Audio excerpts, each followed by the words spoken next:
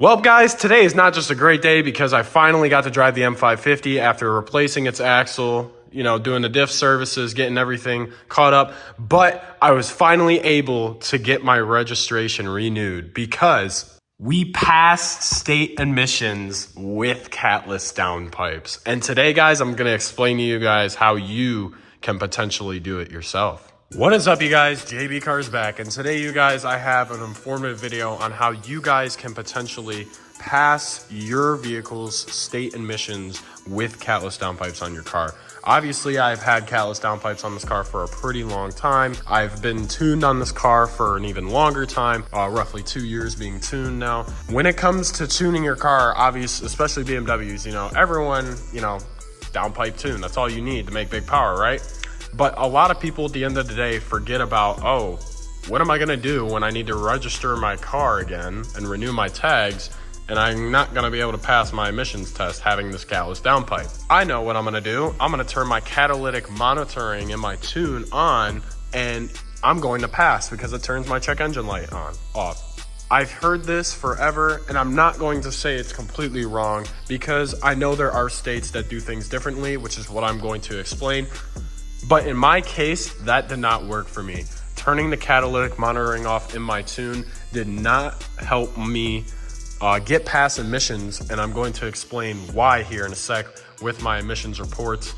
But I know a lot of states and in a lot of cases, you don't even need emissions testing. So you see, it sucks living in the state I live in because I'm stuck with stupid emissions testings in 7 of the 60 some counties we have, and of course mine has to fall in it, so I gotta Today I'm gonna just give you guys a brief walk around / little, tutorial on how you can pass it in a state where, they're way stricter than my state. So, especially for you Cali boys, I don't know how you guys even get by with Catless Downpipes, so I'm gonna be real. Unless you got a smog plug or something, but anyways, guys, let's go over to reports, and I'm gonna start explaining to you guys how the catalytic monitoring overall works and what you basically need to pass emissions, at least in my scenario. So you guys, when we come over to my report, I did pass my report the other day, and it felt great to pass it because I was not expecting to pass it. But you guys, if you have your catalytic monitoring on, at least in my state, you're gonna be stuck not with a fail, but a not ready. And not ready, I'm going to explain this to you guys now. So you guys, when you basically go to do that and it comes up with not ready, in my state, guys, you have to have certain monitors ready. It doesn't have to be exactly all these monitors, but you have to have a certain amount ready in my state. And in my case, in my state, you have to have at least 1 or more ready. Guys, I was actually supposed to say here, in my state, you can only pass by having 1 not ready. As you see, if we come over to the pass, I have all of them complete besides fuel. But if we hop back over to the not ready one, we have catalyst and O2 sensor not complete.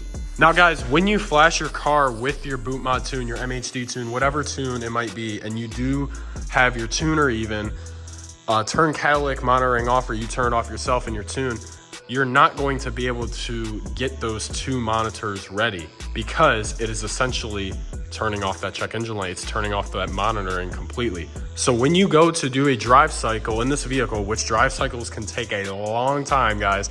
I drove this car for roughly an hour and a half just to get it to pass. I kept an hour and a half in a 5-mile radius, not even, just to get it to be fully ready to pass. But basically, guys, when you turn those off, you're not going to get those readings. And I know in some states, those are actually required to be completed by the vehicle's systems. And when you do obviously turn that monitoring on, you will get a check engine light, which I did end up getting one because, cat efficiency below minimum value or whatever. I was stuck, I don't even know what I'm about to do. But guys, when I bought my Catless Downpipes from ARM Motorsports, I actually never bought their check engine light delete kit. That's how I got past emissions, was with the ARM Motorsports Catless Downpipe delete kit, or the check engine light delete kit. But to sum it up, guys, I know it's not gonna work for everybody. It's not gonna, pass everybody with flying colors like me.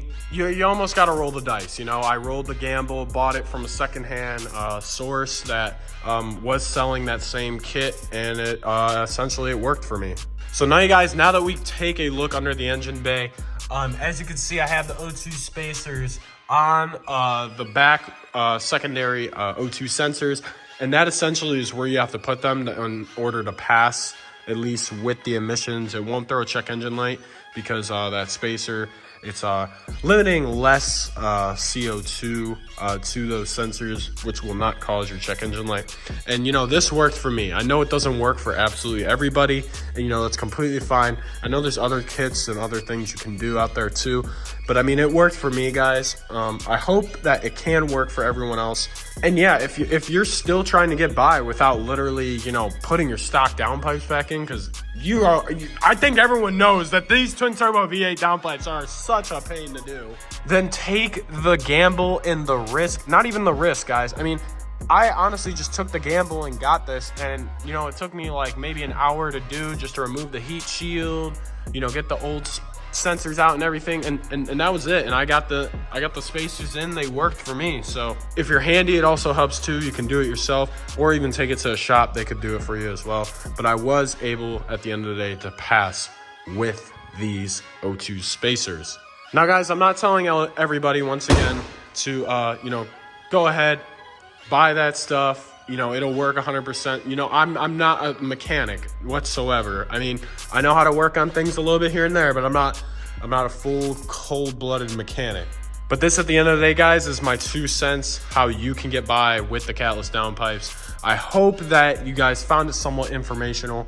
You know, I try so much to kind of educate you guys, to help out not just, you know, other M550 guys, but, you know, just Beamer guys in general.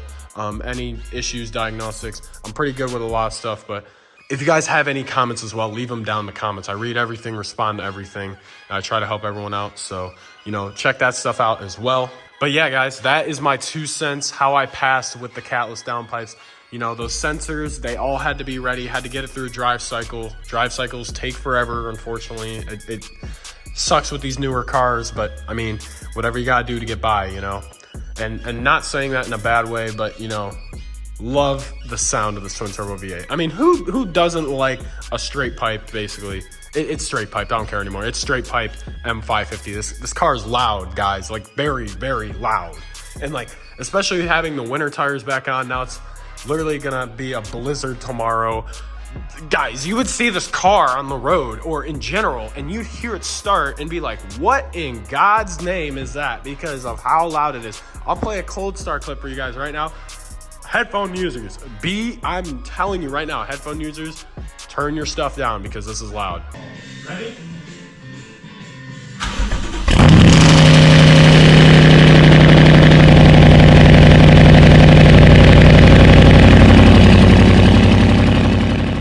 But yeah, guys, I mean, who doesn't like that sound of this car? I mean, it sounds incredible. But anyways, guys, I hope you found it informational. Once more, I know I keep repeating myself, you know, comment down below any questions you guys might have regarding this topic, whatever. And guys, I will talk to you guys essentially in the next video. Don't know when it will be yet. M550 is kind of getting tucked away this winter because I got the 328D. So don't know how much content I'll be making on this, but I will be trying to get some content out there, whatever I can, you know, keep you guys updated what's going on with the car. So hope you guys enjoyed. JV Cars, my guys, peace.